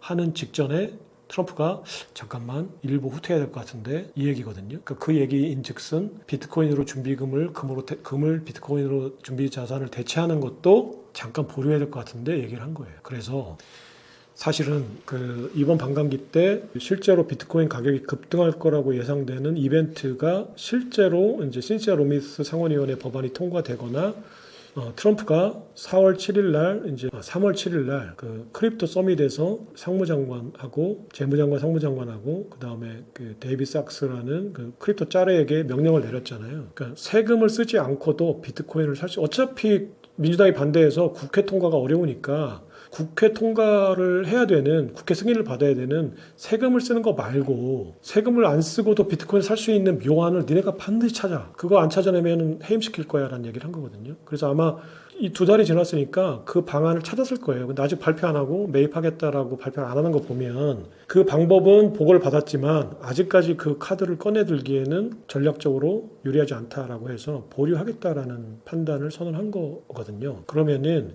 지금 답보 상태에 있는 이유 중에 하나도 트럼프가 세금을 쓰지 말고 살아간 거 보니까 안 살 것 같은데 라는 서사가 지금 일반 투자자들에게 있으니까 급등하지 않는 건데, 그러면은 트럼프는 살 의지를 천명한 건데 시장이 오해해서 급등하지 않고 있는 거라고 보면 이 오해가 트럼프의 의지하고 상관없이 트럼프는 사실 강력한 의지를 밝힌 거예요. 사실은 정확하게 해석하면 사실 시장이 해석을 못한 거죠. 근데 트럼프는 강력하게 사겠다고 했는데 시장의 오해대로 서사가 결론 지어질 수 있는 거죠. 트럼프는 강력하게 사겠다고 선언한 거지만 사실은 지금 월가의 어떤 저항 때문에 준비금을 바꾸는 것도 좀 보류해봐라는 어떤 메시지를 지금 백악관 이제 자기 참모들에게 전달했다면 지금 방법을 알고 있으면서도 실제 매입하는 그 행동은 상당 기간 늦춰질 수 있다는 거죠. 실제로 빨라도 내년 중간선거 때문에 그 카드를 중간선거에 임박해서 쓰지 않을까라는 생각을 했었는데 지금 현재 월가의 저항 때문이라도 미리 그 카드를 쓸 필요가 없어진 거죠. 그래서 당장에 이제 가까운 미래에 트럼프가 준비 자산을 비트코인으로 바꾸는 거는 좀 어려운 것 같다라는 판단이 들어요. 그러면 이제 비트코인의 시세 상승에는 어떻게 보면 좋은 소식은 아니다. 지금 현재 이 상황이. 그렇지만 한 가지 위안이 되는 거는, 그렇다면 비트코인의 가격이라는 게 트럼프 때문이었나 그동안에. 트럼프는 그 가격이 올라가는 어떤 속도를 가속화시킨 건 있지만 가격이 올라가는 그 원동력은 사실은 비트코인이 가지고 있는 기본적인 속성과 그 속성을 많은 이제 수요자들이 서서히 그 서사를 이제 인정하고 이해하고 받아들이고 있기 때문이거든요. 그래서 근본적인 상황은 변하지 않을 거다. 기본적인 펀더멘탈은. 하지만 거기에 가속했던 어떤 터보 엔진을 다뤄줬던 터보 엔진은 지금 꺼졌다라고 판단하시면 되지 않을까 싶습니다. 그래서 기본적으로 장기 투자를 염두에 두고 계신다면 언젠가는 그 카드가 꺼내질 거고 다시 급등을 하겠지만 타이밍은 좀 늦춰질 수 있다라고 판단하는 게 확률적으로 유용한 판단이 될 것 같습니다. 네, 지금까지 이 상황이 일론 머스크와 트럼프 간의 브로맨스가 형성되고 깨지고 다시 봉합된 상황입니다. 이거는 미국 내부의 어떤 패권, 글로벌 전체적으로 보면 미국뿐만이 아니라 전 세계적인 어떤 경제, 정치적인 글로벌 패권의 어떤 구조적인 변화 속에서 필연적으로 전략적으로 형성된 빅테크와 정치 권력, 트럼프란 정치 권력의 어떤 미롤, 브로맨스는 세계사적인 어떤 필연적인 과정이고요. 단지 그냥 일론 머스크와 트럼프 간의 어떤 개인적인 성향, 개인적인 이해관계가 맞아떨어져서 한 것이 아니었기 때문에 이 브로맨스는 상당 기간 더 유지가 될 거고, 이제 서로 간의 어떤 근본적인 이념과 어떤 전략적인 측면에서 계속 같이 갈 수밖에 없다라고 보는 거죠. 하지만 월가의 어떤 저항이라는 현실적인 문제를 현실 자각하고 보니 우리가 그동안 가져왔던 전략을 조금은 전술은 수정할 수밖에 없다. 하지만 기본적인 전략은 수정하지 않는다라는 게 현재 상황을 해석하는 가장 정확한 어떤 해석이지 않을까 생각합니다.